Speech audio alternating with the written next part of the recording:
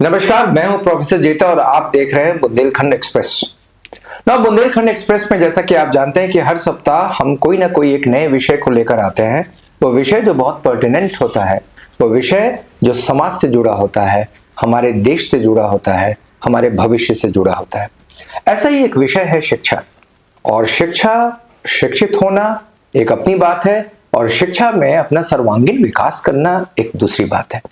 Now here we are talking of not only basically education, we are talking also of personality development. We are talking of right kind of education which we get. और इस कारण से आज हमारे इस मंच पर 3 महारथी हमारे साथ उपस्थित हैं। मैं आपका इनसे एक एक करके परिचय कराता हूं और हम देखें कि ये अपने फील्ड में बहुत शीर्ष स्थान प्राप्त किए हैं, शिक्षा जगत में काफी नाम है और काफी बेहतर कर रहे हैं अपने समाज और अपने छात्रों के साथ। सबसे पहले हम परिचय कराते हैं, हमारे पास बैठी हैं प्रियंका चौहान।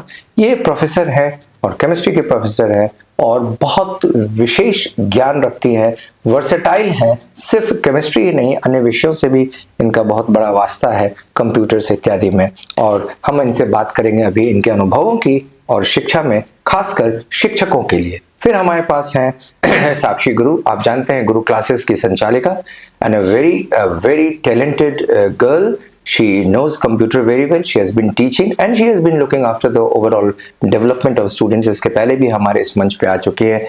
मनीष सोनी से आप परिचित हैं। और उसके बाद हमारे बीच में एक बहुत ही विशेष व्यक्तित्व जिन्हें मैं अपनी ओर से बहुत महान समझता हूँ, क्योंकि जितेंद्र धाकड़ नाम है इनका, जेएनयू से पढ़े हुए हैं। आज हमारे महाविद्यालय में पीजी कॉलेज दमोह में ये संस्कृत के प्रोफेसर हैं और इनके साथ भी हम बातचीत करेंगे और जानने की कोशिश करेंगे कि कौन कौन सी ऐसे नैतिक तत्व हैं जो शिक्षा में अनिवार्य हैं और कौन से ऐसे नैतिक तत्व हैं जिसके कारण हम अपने बच्चों को वो ज्ञान दें ताकि भविष्य उनका संरक्षित भी हो और सुरक्षित भी हो।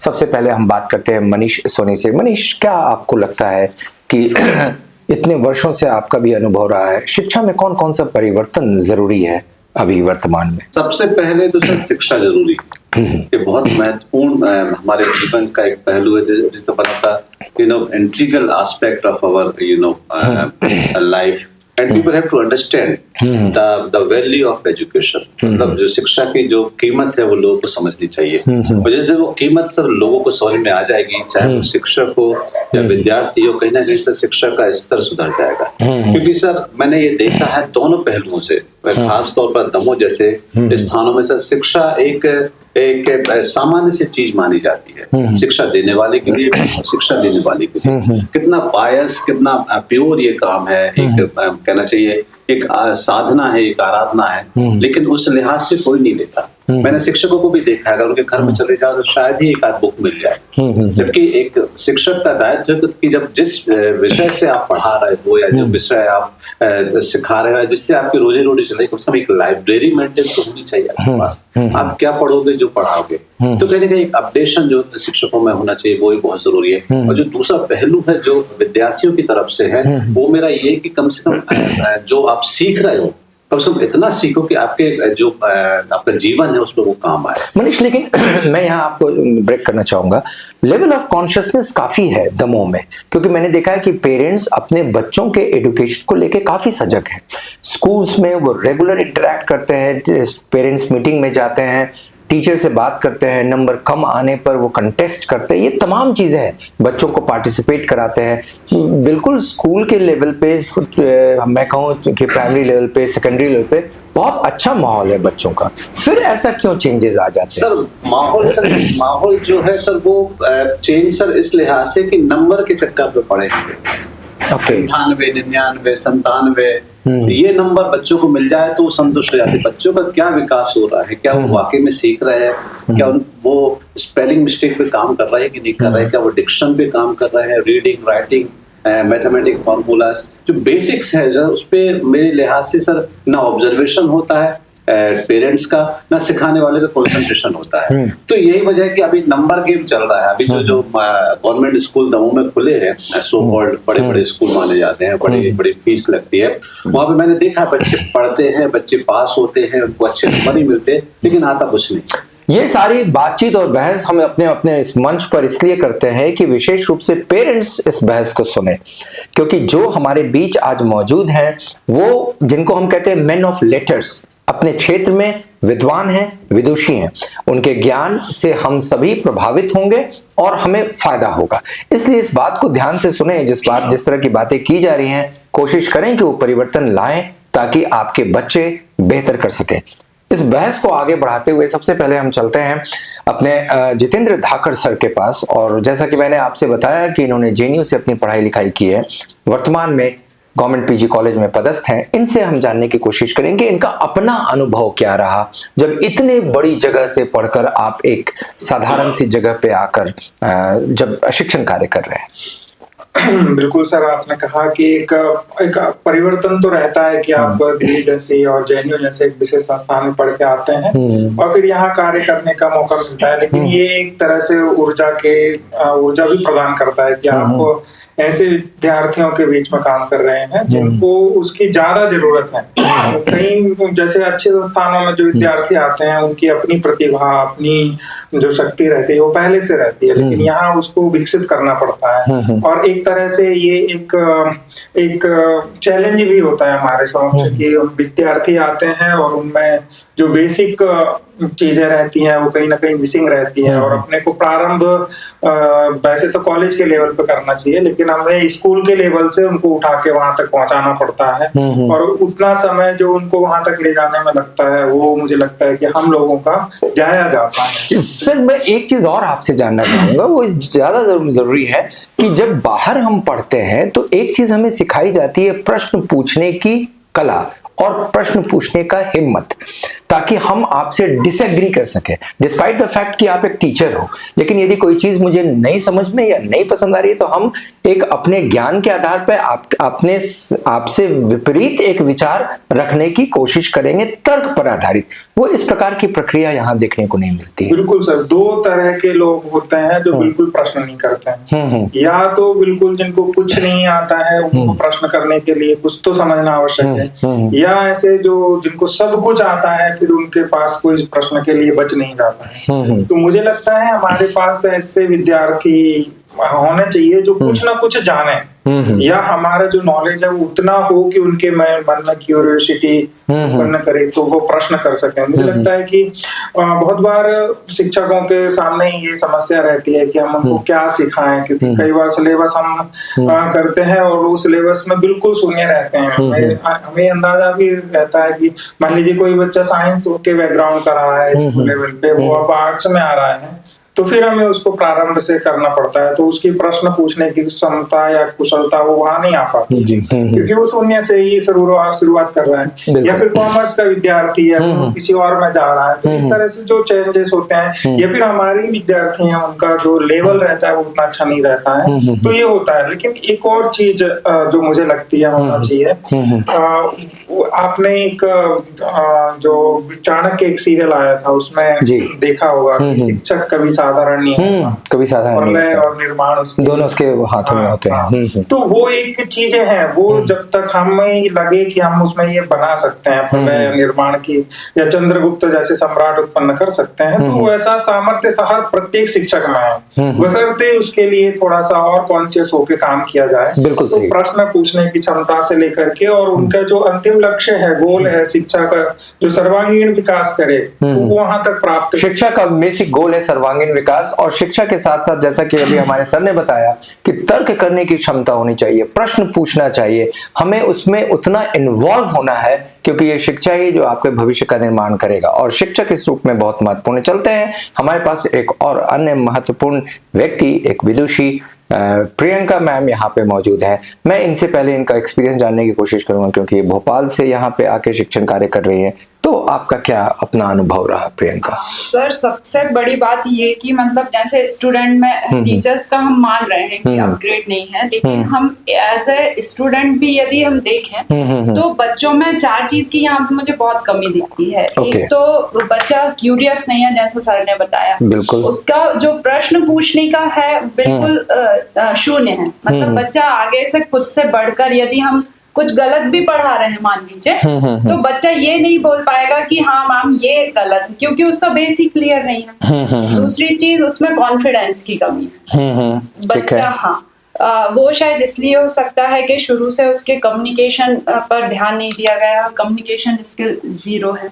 इसके अलावा मतलब बहुत चैलेंजेस भी हैं कि बच्चा क्या है, एक तो ग्रामीण परिवेश से आ रहा है, कई किलोमीटर की दूरी तय करके वो महाविद्यालय पहुंच रहा है। इसके अलावा कई लैक ऑफ फैसिलिटी से भी बच्चा जूझ रहा है। फिर लैंग्वेज बैरियर भी आ जाता है कि यदि हम इंग्लिश में पढ़ाएं या फिर अपनी शुद्ध हिंदी भाषा में भी उसे पढ़ाएं, तो क्या है बुंदेलखंड बैकग्राउंड से है तो बच्चा उतनी जल्दी उस चीज को वो नहीं कर पाता। प्रियंका मैम, जो आपने बात कही, ये बात कल मेरी चर्चा हो रही थी किसी एक भूतपूर्व छात्रा से, तो उसने मुझसे, बाहर वो कहीं नौकरी करती है, तो उसने मुझसे बोला कि सर एक बड़ी समस्या ये है कि फिजिक्स केमिस्ट्री मैथ्स तो हम पढ़ लेते हैं, सीख लेते हैं, लेकिन फिजिक्स केमिस्ट्री मैथ्स के चक्कर में हम स्कूल नहीं जाते, और स्कूल नहीं जाते तो वहां एक बहुत बड़ी चीज मिस करते हैं, वो है हिंदी और इंग्लिश। और इस कारण से भाषा पे पकड़ हो नहीं पाती। हिंदी, इंग्लिश और संस्कृत की तो बात ही छोड़ दें, जबकि इतना महत्वपूर्ण लैंग्वेज कम्युनिकेट, तो जब वो जॉब में होता है तो बिल्कुल कम्युनिकेट नहीं कर पाता, अपनी बात नहीं कर पाता। पास होना एक अलग बात होती है, नंबर लाना अपने सब्जेक्ट में, वो कमांड करना ठीक है, वो किताबें पढ़ के बच्चा कर ले रहा है, लेकिन जो आगे फिर जॉब में जाकर जो उसका कम्युनिकेशन स्किल है वो बिल्कुल शून्य है। एक बहुत बड़ा कारण है। मनीष, मैं आपके पास चलूंगा, फिर उसके बाद मैं चलूंगा साक्षी के पास। मनीष, आपको ऐसा लगता है कि जो कम्युनिकेशन नहीं कर पाने की क्षमता, अपनी बात को नहीं अभिव्यक्त कर पाने की क्षमता लाइफ का सबसे बड़ा फ्रस्ट्रेशन को जन्म देता है? कैसा लगता है, ये बात सच है? कई बार हम बहुत सक्सेसफुल होते हैं, but I am unable to speak anything on the public platform, हम अपनी बात ही नहीं रख पा रहे हैं। ये सर, ये बहुत बड़ी सर वीकनेस है, और शायद इस पे सर वर्कआउट भी बहुत कम होता है। किसी स्कूल कॉलेज में नहीं होता। हम कहते हैं कम्युनिकेशन स्किल, हम कहते हैं पर्सनालिटी डेवलपमेंट, लेकिन पर्सनालिटी डेवलपमेंट के नाम पे उन लोगों को बुला के भाषण दे दिया जाता है जिनके रिम्यूनरेशन बन जाते हैं। बिल्कुल बिल्कुल सर, कहीं ना कहीं यहाँ आवश्यकता है सर हमारी शिक्षा पद्धति में बदलाव की। यहाँ पे बड़े बड़े कदम उठाए जा रहे हैं, लोग ये कर रहे हैं, ये क्लासेस शुरू कर रहे हैं, ऐसा कड़े नियम लागू कर रहे हैं, ट्यूशन बंद कर रहे हैं, ऐसा कर रहे हैं। मैं कहता हूँ इन सब की आवश्यकता नहीं है, ये कोई माफिया राज नहीं चल रहा है। शिक्षा देना लेना एक अच्छा काम है, एक पॉजिटिव, भले वो ट्यूशन के जरिए हो रहा है, कोई भी जरिया है, लेकिन अगर जहाँ पढ़ना पढ़ाना हो रहा है सर, वो अच्छा काम है, अच्छा काम हो रहा है। वहाँ पे तालाबंदी नहीं होनी चाहिए, वहाँ पे कड़े कानून नहीं होना चाहिए। यहाँ पे आवश्यकता है नए शिक्षकों को यहाँ पे लाने की। बाहर से अगर आप अच्छे शिक्षक यहाँ पे लाएंगे, इंट्रोड्यूस करेंगे, उनके कुछ सेमिनार कराएंगे, उनके कुछ ऐसे पीरियड्स स्कूल्स में, क्लासेस में कराएंगे जहाँ बच्चे उनसे सीखेंगे, इंटरेक्ट होंगे, नई चीजों को वो ऑब्जर्व करेंगे। अब यही कि शिक्षक को उठा के आपने नए क्लासरूम बना के सेम एजुकेशन आपने फिर परोस दी, तो ये वही कहलाता है कि सर पुरानी गिफ्ट को नए रैपर में आपने पैक कर दिया। जो अच्छे शिक्षकों की यहाँ पे जरूरत है, जैसे मैम भोपाल से यहाँ पे है, सर दिल्ली JNU से यहाँ पे, कहीं ना कहीं ऐसे टीचर्स को और इंट्रोड्यूस करना चाहिए। ऐसे टीचर्स को कॉलेज के साथ साथ इनको एज ए गेस्ट स्कूल में भी इंट्रोड्यूस करना चाहिए। ऐसी अगर ऐसे नया माहौल बनेगा तो कहीं ना कहीं जो एक कमी आपने बताई कम्युनिकेशन स्किल्स की, ये अपने आप डेवलप होगी सर। हमने देखा कि हमारे पास टीचर्स दिल्ली से हैं, हमारे पास टीचर्स भोपाल से हैं, बड़े बड़े शहरों से हैं, लेकिन दमोह में रहने वाला एक ऐसा व्यक्ति, एक ऐसा शख्सियत जिसने अपने जीवन को डेडिकेट कर दिया शिक्षण के लिए, बहुत कम ऐसे लोग होते हैं। अधिकांश लोग ऐसे प्राइवेट स्कूल्स में, गवर्नमेंट स्कूल्स में, कॉलेजेस में चले जाते हैं, लेकिन एक ऐसा टीचर जिसने अपने जीवन का उद्देश्य बना लिया है छात्रों को डेवलप करना, पढ़ाना, ऐसे ही एक शिक्षिका हमारे बीच आज मौजूद है। हमें बहुत गर्व है कि साक्षी ने यह काम बहुत लंबे समय से किया है और अभी भी ये कर रही हैं और बहुत कमिटेड होकर कर रहे हैं। हम साक्षी से रूबरू कराते हैं आपका, और सबसे पहले प्रश्न जानने की कोशिश करते हैं कि you are not teacher as the teacher of a school और a teacher of a college, still you are doing a duty of a teacher and that too very nicely. कितना कुछ कठिनाइयां हुई इन सब काम करने में? सर, जैसा कि सर ने बोला कि प्राइमरी, जैसा आपने बोला था कि प्राइमरी एजुकेशन अच्छा है, पेरेंट्स भी अवेयर रहते हैं, तो ये सिर्फ सर ने बोला जैसे शिक्षित होना जरूरी है, शिक्षा जरूरी है। तो शिक्षित होने का मतलब ये नहीं है कि आपके पास सिर्फ डिग्री या डिप्लोमा हो। मोस्टली जो स्टूडेंट्स हैं, मैंने भी देखा, जैसे पीजी कॉलेज से, सर लोग, आप लोग पीजी कॉलेज से हैं, तो जो भी गवर्नमेंट कॉलेजेस होते हैं वहां पे ऐसा नहीं है प्रोफेसर्स होते हैं, सर लोग सभी को ऑथराइज्ड हैं अधिकार है उनको, वो चाहे तो बच्चों पे बहुत अच्छे से काम कर सकते हैं। क्योंकि अपने यहाँ के जो बच्चे हैं मोस्टली उनका एक यही है कि डिग्री होना चाहिए, वो सिर्फ डिग्री के लिए पढ़ाई कर रहे हैं। आप देखिएगा लोग बोलते हैं कि MSc है और XYZ MA है, फॉर्म है, सब कुछ है, पर फिर भी रोजगार नहीं उनके पास, क्योंकि वो स्किल पे काम नहीं कर रहे। किसी भी छात्र के पास बहुत सारी डिग्री है, बट जब वो इंटरव्यू के लिए जाता है तो उसके पास कोई स्किल नहीं है। Very good. सबसे पहले कम्युनिकेशन स्किल। तो स्कूल्स वगैरह में देखा जाए, जैसे मैं भी स्कूल्स वगैरह में कुछ प्रोग्राम्स वगैरह करती हूँ या कुछ भी ऐसा, तो मैं बच्चों से जब बात करती हूँ तो उनका वो सुनते ही नहीं है। स्किल्स के बारे में अगर अपन बात करें तो वो सुनते ही नहीं। उनसे अगर आप जनरली बोलते हो कि आपका नाम क्या है, तो बहुत सारे स्कूल्स हैं बहुत अच्छी जगह, पर मोस्टली जो गवर्नमेंट स्कूल्स हैं, तो आप या किसी ब्लेज एरिया में चले जाइए, तो वहां पे आप जाके देखिए बच्चे अपना नाम भी नहीं बता पाएंगे प्रॉपर वे। जैसे कुछ जगह की तो इतनी गंदी हालत है, आप जंगल वगैरह में चले जाओ, बंदर रिएक्ट करते जैसे वैसे बच्चे रिएक्ट करते। तो यहाँ पे अगर टीचर चाहे, जैसे हम लोगों ने भी स्टडी की है, तो टीचर चाहे तो एक टीचर का डर होता था पहले, और टीचर चाहे तो सब कर सकता है। नहीं, लेकिन टीचर का डर तब था जब कॉर्पोरल पनिशमेंट था। जी सर। अब उसे हटा लिया गया, अब तो थाने में रिपोर्ट हो जाता है, इसलिए टीचर अपना भय नहीं दिखा सकता बच्चों पे। टीचर अपना भय का इस्तेमाल बच्चों को पढ़ाने के लिए करता था। जी सर। तो ये गवर्नमेंट को भी कुछ ऐसे जो रूल्स उन्होंने अप्लाई किए हैं उनको वो हटाना चाहिए, अगर चाहते हैं कि बच्चे कुछ कर पाए तो। अगर टीचर को राइट दे दिया जाए तो वो सब कुछ कर सकता है। क्यों प्रियंका मैम, अभी थोड़ी देर पहले धाकड़ सर ने एक बहुत इंपॉर्टेंट बात कही। उन्होंने कहा कि बच्चों का बेसिक एजुकेशन कमजोर होता है तो कॉलेज में हमें रीबिल्ड करना पड़ता है। बिल्कुल सही। बहुत सारे, जैसे आप केमिस्ट्री पढ़ा रहे हो तो फर्स्ट 2 मंथ तो आप, मतलब मुझे अपना केमिस्ट्री सब्जेक्ट ही मैं याद करूं तो मुझे 11 12 का रिवाइज करवाना पड़ता है बच्चों को, क्योंकि बच्चा एकदम जीरो है सब्जेक्ट। मतलब यदि केमिस्ट्री में क्या है, NEP के बाद जैसे मेजर सब्जेक्ट लिया है, मेजर क्लास लेती हूँ, तो मेजर क्लास के लिए जरूरी है कि बच्चे का बेसिक क्लियर केमिस्ट्री में, तभी आगे जाके वो रिसर्च करेगा। तो इसलिए हमें पहले उसका बेस क्लियर करना पड़ता है, बेस बिल्ड करके, और देन उसके बाद हम उसको ग्रेजुएशन का वो पढ़ाते हैं। और सबसे बड़ी बात सर, पढ़ाने का, जैसे मैम ने बोला कि पढ़ाने की कोशिश हर टीचर करता है, हर टीचर अपना 100% देने की कोशिश करता है, लेकिन यदि बच्चा कॉलेज तक नहीं पहुंच रहा है तो इसमें मतलब क्या कर सकते हैं? Okay, right. एक और बात जो कि धाकड़ सर मैं आपसे जानना चाहूंगा, देखिए हम लोग कोई भी जॉब में जाते हैं, हम सिविल सर्विसेज में जाएं, बैंक में जाएं, LIC, GIC, NTPC, ONGC, हर जॉब के पहले एक ट्रेनिंग होती है। वो आपको स्किल डेवलप कराते हैं कि आपको कैसे। टीचिंग जॉब में कोई ट्रेनिंग नहीं है, एज सच ट्रेनिंग नहीं है। वो जो ट्रेनिंग है it's just in the name of the training नहीं है। और इतना बड़ा दायित्व है, राष्ट्र निर्माण का दायित्व है, समाज को नई दिशा देने का दायित्व है, बच्चों को सही पढ़ाने का। और आज के जीवन में, आज के युग में, मैं आप दर्शकों को बताऊं कि शिक्षण कार्य बहुत कठिन है, बहुत डिफिकल्ट है। क्यों कठिन है? क्योंकि पहले बच्चों को पढ़ाना होता था, अब तो बच्चों को उन फेक न्यूज से अलग हटकर नई ज्ञान देना पड़ता है, क्योंकि उनके दिमाग में ऑलरेडी एक गलत जानकारी भर दी गई है, उसे भी अलग करके आपको फिर से उसको वॉल क्लीनिंग करना होता है। कितना बड़ा दायित्व हो गया है शिक्षक के लिए। बिल्कुल सर, शिक्षक के लिए जितना ये बड़ा प्रोफेशन है, जितना इसको सम्मान मिलना चाहिए, जितना इसको तवज्जो मिलना चाहिए, दर्जा मिलना चाहिए, मुझे लगता है कि कहीं ना कहीं हम लोग या हमारा समाज या हमारा प्रशासन उसको उतना ही डेनिग्रेट कर रखा है, उतना ही उसको नीचे बढ़ रहा है। मुझे आप हम सब आपस में हम सब जानते भी हैं, एक चीज हम जानते होंगे कि इस समय प्रशासन का कोई भी व्यक्ति हो, कुछ भी उसको काम कराना है तो वो टीचर को चुन लेता है। हमारे पास कोरोना के समय के उदाहरण है, इवन शमशान घाट में ड्यूटी लगी थी, एयरपोर्ट के सामने ड्यूटी लगी थी, राशन वितरण, कोई बुराई नहीं है ड्यूटी करने में, as a servant we can do, public servant we can do.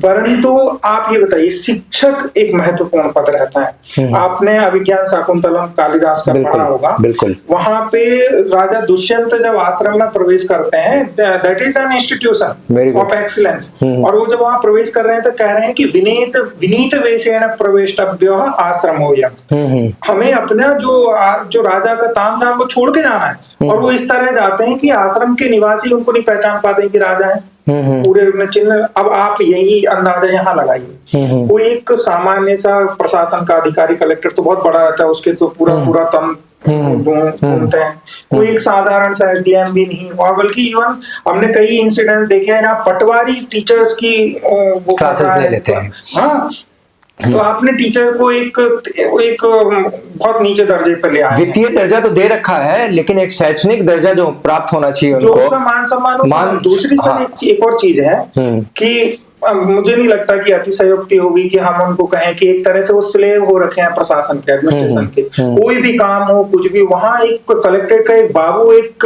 अच्छे स्कूल के प्रिंसिपल से भी कैसे व्यवहार करता है हम सब जानते हैं, और ये समाज की मतलब सत्यता है, इसको कोई नकार नहीं सकता। हम यहाँ इस पे बोल रहे हैं तो इसमें नहीं, लेकिन इसमें कोई बात नहीं है, वो तो बात अपनी जो सच है उसको सामने आना ही है। लेकिन एक प्रश्न ये है कि क्या ऐसा भी है कि ये शिक्षक पे निर्भर करता है?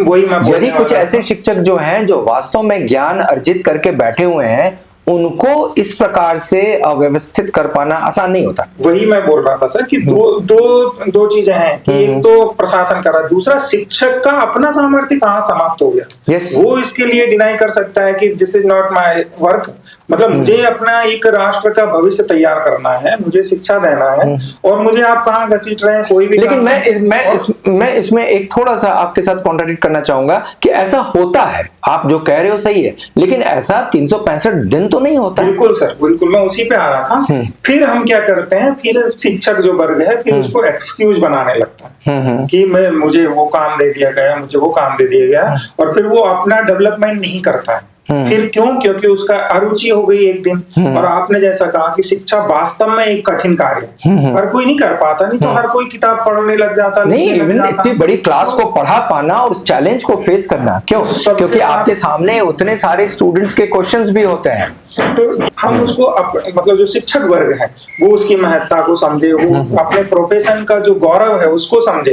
आप इस संसार में देखिए सर, कोई भी जो राजा, बड़े बड़े राजा हो गए, उनकी कई मूर्तियां नहीं लगी हैं। रामकृष्ण देखते हैं तो वो केवल राजा थे इसलिए नहीं, उन्होंने अच्छे कार्य किए इसलिए लगी। आज हमें कहीं भी चरक सुश्रुत की मूर्ति मिल जाती है, पतंजलि की, पाणिनि की मूर्तियां मिल रही हैं, या अच्छे गुरुओं की मूर्तियां मिल रही हैं, उनके प्रसंग पढ़ाए जा रहे हैं। तो किस लिए? क्योंकि उनकी महत्ता थी, क्योंकि उन्होंने अपना जीवन दिया। आपने जो बात कही उससे हम 100% सहमत हैं, बिल्कुल सहमत है, और आप जो कह रहे हैं ये बिल्कुल सही है। लेकिन क्या कहीं ना कहीं इसके पीछे कभी ऐसा हम नहीं देख सकते हैं कि शिक्षक स्वयं रिस्पॉन्सिबल है? बिल्कुल 100% सर शिक्षक की रिस्पॉन्सिबिलिटी है। मैंने पहले भी उदाहरण दिया था, जहां चाणक्य कहते हैं कि निर्माण और प्रलय शिक्षक के गर्भ में है, तो वो क्यों नहीं निर्माण कर रहा है? क्यों? उसके पास ज्ञान है, उसके पास विद्यार्थी हैं, उसके पास सेटअप है, तो कहाँ चूक हो रही है? इसका मतलब वो अपने में भी झांकें। अच्छा, ये क्यों? मैं साक्षी मैम, मैं आपसे एक चीज जानना चाहूंगा। हम एक बहुत अच्छे शिक्षक होते हैं, हम क्लास में बहुत अच्छा पढ़ाते हैं, स्टूडेंट्स बहुत कन्विंस्ड हैं, स्टूडेंट्स बहुत खुश हैं, लेकिन एंड टू एंड रिजल्ट यदि देखें तो उन पढ़ाने के बाद स्टूडेंट्स को जॉब नहीं मिल पाता, और वहां पे जाके वो फ्रस्ट्रेटेड हो जाते हैं, और इस कारण से उनका क्लास में इंटरेस्ट कम होने लगता है। क्या ये सच है? जी सर, बिल्कुल। जैसे मैंने पहले भी बोला कि अगर आप सिर्फ एजुकेशन लेते हैं, एजुकेशन मीन्स ज्ञान, मीन्स आप डिग्री कंप्लीट करते हैं, तो आप जॉब नहीं मिलता। मोस्टली लोगों को ऐसा है कि जॉब नहीं मिल रहा है क्योंकि उनकी स्किल्स डेवलप नहीं है, और ये स्किल पे आप जैसे आप मैथ्स। अच्छा, आप ये बोल रहे हो कि स्किल्स डेवलप नहीं है इसलिए जॉब नहीं मिल रहा है, या सच ये है कि स्किल्स डेवलप है उसके बाद भी जॉब नहीं मिल पा रहा है? तो उसमें सर कुछ ना कुछ कमी तो है, क्योंकि जब आप कोई भी एम्प्लॉय को हायर करेंगे तो आप चाहेंगे कि उसमें पूरी क्वालिटीज हो, हर एक क्वालिटीज हो।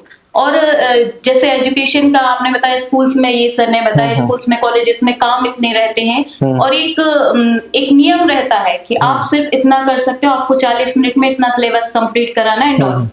और इसी वजह से शायद परसेंटेज में तो एजुकेशन लेवल हाई है, बट अगर आप नॉर्मली उस पर रिसर्च करें तो एजुकेशन लेवल लो है, देखा जाए अगर तमो लेवल पे तो लो है।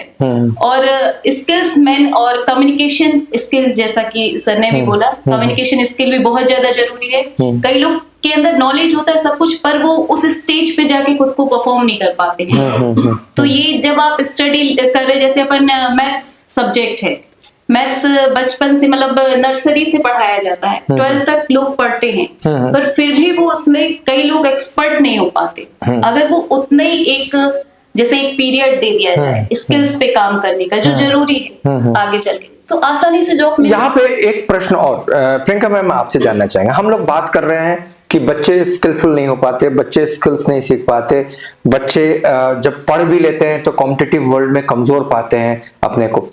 क्या कहीं ये सच नहीं है कि हमारे कुछ शिक्षक ऐसे हैं जिनमें कोई स्किल्स नहीं है?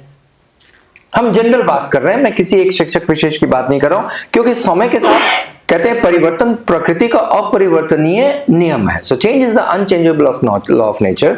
तो हमने कभी अपने पढ़ाने के तरीके को भी नहीं बदला, हमने कोई ऑल्टरनेटिव मेथोडोलॉजी नहीं अपनाया, मैंने वही हैकनीड मेथड में पढ़ाया, बच्चे बोर होते हैं। सर बिल्कुल सही कह रहे हैं आप। तो मतलब ये केवल एक शिक्षक की कमी हम नहीं मानेंगे, हम मानेंगे कि एक शासन की भी इस चीज में कमी है, क्योंकि प्रॉपर ट्रेनिंग, जैसे आपने कहा कि टीचर्स की कोई ट्रेनिंग नहीं होती, जबकि हर प्रशासनिक पद पर 1-2 महीने की ट्रेनिंग दी जाती है। लेकिन जब आप एक बार टीचर बन गए तो आपको किसी प्रकार की कोई ट्रेनिंग, सिर्फ 7 डेज का जो ओरिएंटेशन कोर्स होता है वो, और इसके अलावा जो रिफ्रेशर भी होता है तो 1 साल में एक करना होता है। तो मेरे हिसाब से मतलब मेरा पॉइंट ये है कि हर साल एक रिफ्रेशर कोर्स उनको कंपलसरी होना। लेकिन आप मुझे ये बताएं कि रिफ्रेशर कोर्स करने के बाद शिक्षक में कितना परिवर्तन आ जाता है? नहीं, वो रिफ्रेशर कोर्स मतलब ऐसा नहीं कि टेक्नोलॉजी से अपडेटेड होने वाला, हाँ। मतलब अपने कॉलेज लेवल पे इस प्रकार के वर्कशॉप सेमिनार हो। और ये तो खैर सर इंडिविजुअल वही मनीष, मैं ये बात बड़ा महत्वपूर्ण विषय है। हम कितनी है, देखिए शासन प्रशासन के कार्य बढ़ते जा रहे हैं, शिक्षकों पे कंधों पे बोझ पड़ता जा रहा है, 50 प्रकार के काम है, उस बीच वो भी करना है, और अभी 1 दिन का 2 दिन का नहीं, कई महीने का काम करना पड़ता है, महीने पूरे सेमेस्टर बर्बाद हो जाते हैं बच्चों के। ये सच है और ये होता है, हमने देखा एक के बाद एक चुनाव वगैरह वगैरह में। लेकिन कहीं जो शिक्षक है, क्या उसमें अपने आप में परिवर्तन लाने की आवश्यकता है कि उसके पढ़ाने के तरीके बदल जाए? जैसे कि आप देखो बच्चे थोड़ा ज्यादा उसके तरफ आकर्षित हों, चीजों को पढ़ें, जैसे कि हमें याद है लॉग टेबल कैसे सिखाएं या उसके फॉर्मूला कैसे सिखाएं, तो उसमें एक फॉर्मूला बना के रटाते थे, यू नो, कि इसको इस तरह से if you mug it up you will remember. हमें तो याद है कि हमें तो वेदों के सिद्धांत भी उस तरह से सिखाए गए कि कैसे तुमको रटना है, तो हमको रटाया जाता। देखो ऋग्वेद, सामवेद, यजुर्वेद, अथर्ववेद, ऐतरेय, कौशिकी, शतपथ, गोपद, आयुर्वेद, तो ये कि देखो ये वेद है, ये उपवेद है, ये ब्राह्मणास है, तो एक पढ़ाने का तरीका भी तो उसमें एक महत्वपूर्ण है। तो क्या ऐसा है? सर मैं ये सब चीज कल्चर से मानता हूँ सर। अच्छा, जहाँ सर कल्चर होता है पढ़ने पढ़ाने का, तो वहाँ पे माहौल भी बन जाता है, और कहते हैं कि जब 10 लोग अच्छे रहेंगे तो एक जो नकारा आदमी है वो अनकंफर्टेबल रहेगा, वो सीखेगा। मैंने सर अभी कुछ ही समय पहले मैं नाम नहीं बोलूंगा, एक मैम को चर्चा करते हुए सुना, मतलब प्रोफेसर ही वो, कि फलाने का ट्रांसफर फलाने गाँव में हो गया है और वहाँ पे प्रिंसिपल ही भोग रहे हैं।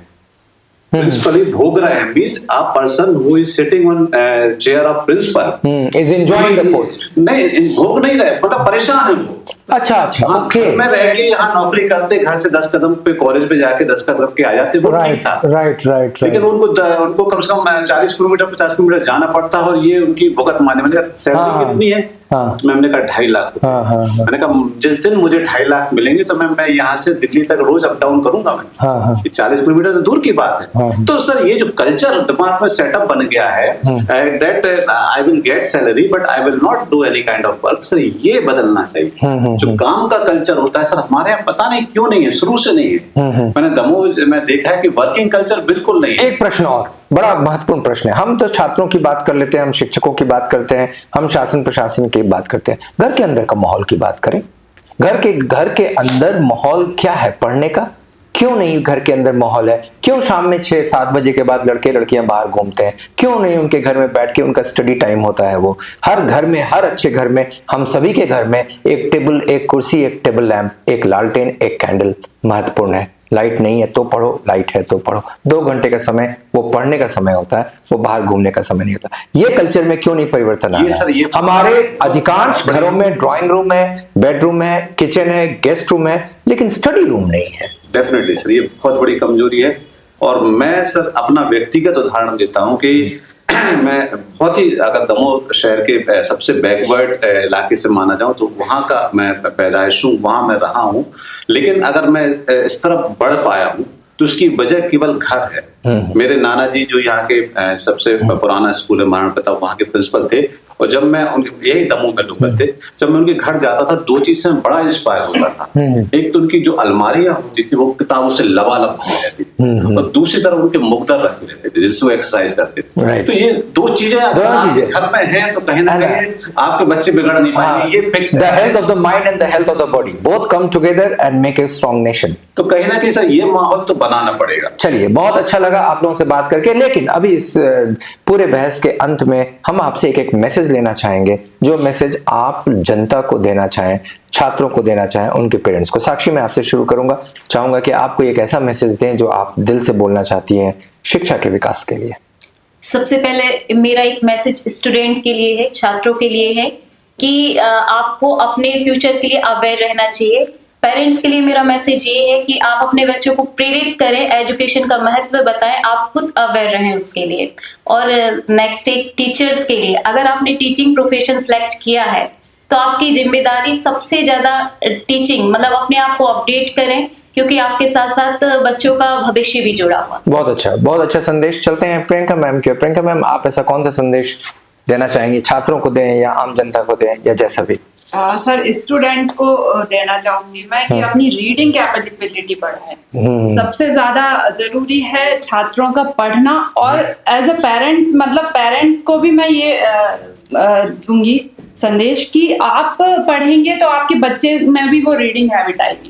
जैसे मैं घर पर हर शाम को बुक पढ़ती हूँ, तो मेरी छोटी बिटिया है, वो टीवी बंद कर कर और वो पढ़ने लग जाती है, उसे बुक पढ़ना बहुत पसंद है। तो बस इस मतलब अज्ञानता को मिटाने का सबसे बड़ा, जो सबसे अच्छा तरीका मैं मानती हूँ कि अपनी रीडिंग हैबिट्स बढ़ाइए। अपनी रीडिंग हैबिट्स बढ़ाइए और खुद पढ़ें, बच्चे भी पढ़ने लगेंगे। चलते हैं जितिन धाकर सर की ओर, वो उनसे जानेंगे उनका मैसेज क्या है। बिल्कुल सर, मुझे लगता है कि समाज में एक वातावरण ऐसा तैयार हो जहां हम अपने आचरण से सिखा सकें। आचार्य जो शब्द है उसकी तो व्युत्पत्ति है, उसका अर्थ ही है कि जो अपने व्यवहार से ज्ञान प्रदान कराता है, वैसे ही समाज में भी होता है। माता पिता, क्योंकि पहला गुरु माता ही होती है, पिता होते हैं, तो वो अपने आचरण में यदि इस तरह का व्यवहार रखेंगे जिससे बच्चों का भविष्य अच्छा हो, उनका वातावरण, घर का माहौल अच्छा हो, तो निश्चित ही हम जो बात कर रहे थे सर्वांगीण विकास की जो शिक्षा है वहां प्राप्त कर सकेंगे। और यदि कहीं कुछ है हमें समाज में यदि आदर्श बनाना है या पुरस्कृत करना है, तो ऐसे विद्यार्थियों को, ऐसे माता पिता को, ऐसे जो उस क्षेत्र के लोगों को करना चाहिए जो शिक्षा के क्षेत्र में अपना योगदान दे रहे हैं, अच्छा कर रहे हैं, ताकि एक आइडियल स्थापित हो, लोग उनको थोड़ा सा माने, तो जिससे वो शिक्षा का काम आगे बढ़ सके। बहुत बढ़िया। और अंत में चलते हैं मनीष सोनी सर की ओर और देखते हैं कि आप क्या बताना चाहेंगे एक पत्रकार के नजरिए से। सर, मैं ये कहता हूँ कि जब विद्यार्थी जब स्कूल की तरफ जाता है या किसी भी शिक्षक की तरफ जाता है, चाहे वो प्राइवेट ट्यूशन हो या कॉलेज हो या स्कूल हो, बड़ी वो मासूमियत के साथ जाता है। और ऐसा आप लोगों ने एक शिक्षक के नाते देखा भी होगा कि सबसे पहले वो आपके चरण स्पर्श करेगा आपको, और एक जो इन्फेक्चुएशन रहता है, जो अट्रैक्शन रहता है, जो टीचर जहां जिस दिशा में उनको मोड़ना चाहे मोड़ सकता है उस लेवल पे। तो यहाँ पर सर थोड़ी सी ईमानदारी की जरूरत है शिक्षकों के अंदर भी, क्योंकि बच्चे तो बच्चे होते हैं, वो जिस दिशा में आप ले जाएंगे उस दिशा में चले जाएंगे। तो उनको कहीं ना कहीं वहां पर ईमानदारी के साथ सही दिशा में अगर बढ़ाएं, जो उनके अंदर जो हिम्मत की कमी है वो विकसित करें, क्योंकि टीचर ही कर सकता है घर से। क्योंकि घर में मैंने ये देखा है कि सर लोग अपने आप में फ्रस्ट्रेट होते हैं, वो खुद बैकवर्ड बैकग्राउंड से, वो क्या अपने बच्चों को आगे बढ़ाएंगे। तो यहाँ पर टीचर्स की सीरियस रिस्पॉन्सिबिलिटी रहती है कि बच्चों के अंदर वो हिम्मत पैदा करें कि वो पढ़े लिखे, आगे बढ़े, अपना स्किल डेवलप करें, प्रश्न पूछने की हिम्मत अपने आप में विकसित कर सके। तो कहने कहीं टीचर्स को भी सर बहुत ही केयरफुल होकर सर इस जॉब को करने का है सर। और इस प्रकार इस मंच का जो सबसे बड़ा उद्देश्य है वो ये है कि हम अपने क्षेत्र में यहाँ के बच्चों के साथ न्याय कर सकें, उनको विकसित कर सकें और ऐसे लोगों को आपके सामने लाके रख सकें जो उस क्षेत्र में सबसे महत्वपूर्ण रहे हैं। नाउ ऐसे मैं हर सप्ताह ऐसे कुछ लोगों को लेके आता हूं जिन्होंने अपने क्षेत्र में महारत हासिल की है, चाहे वो खेल का क्षेत्र हो, कला का क्षेत्र हो, शिक्षा का क्षेत्र हो या विज्ञान का क्षेत्र हो, ऐसे किसी कोई भी क्षेत्र हो। आज के इस प्लेटफॉर्म पर हमने अपने 3 विशेष शिक्षकों को आमंत्रित किया और उनके साथ आपके साथ मिलकर रूबरू हुए और बातचीत की। बहुत कुछ ज्ञान प्राप्त हुआ, बहुत कुछ। कुल मिलाकर बात ये होती है कि एक ऐसी वस्तु है जिसकी कीमत कभी कम नहीं होती, जो कभी डिमिनिश नहीं होती है। हर चीजें, आप कोई भी वस्तु खरीद लें, धीरे धीरे उसकी वैल्यूज कम होती जाती है, but there is one thing which will never diminish throughout your life until the last moment of your life, that is education, that is knowledge। ज्ञान सबसे बड़ी पूंजी है। ज्ञान एक ऐसी शक्ति है जो आपको शक्ति, सुख, समृद्धि और धन, सारी की सारी चीजें प्रदान करेंगी, लेकिन यह ज्ञान ओरिजिनल होना चाहिए, ये डुप्लीकेट नहीं होना चाहिए, यह गलत नहीं होना चाहिए। और इस क्रम में जरूरी है कि एक सही शिक्षक का संगत होना। तो एक सही शिक्षक के लिए आप ढूंढें, तलाशें और अपने बच्चों को कम से कम प्रेरित करें कि वो शिक्षा के मंदिर तक पहुंचे और शिक्षा ग्रहण करें। भले ही एक रोटी कम खाएं, लेकिन शिक्षा जरूर ग्रहण करें। तो बहुत बहुत धन्यवाद हमें देखते रहने के लिए। हर सप्ताह हम आपके सामने कोई ना कोई विषय लेके आते हैं, किसी ऐसे विदुषी और विद्वान को आपके बीच लेके आते हैं, उनसे रूबरू कराते हैं। हम फिर अगले सप्ताह आपके बीच उपस्थित होंगे। हमारे साथ बने रहने के लिए धन्यवाद। Thank you.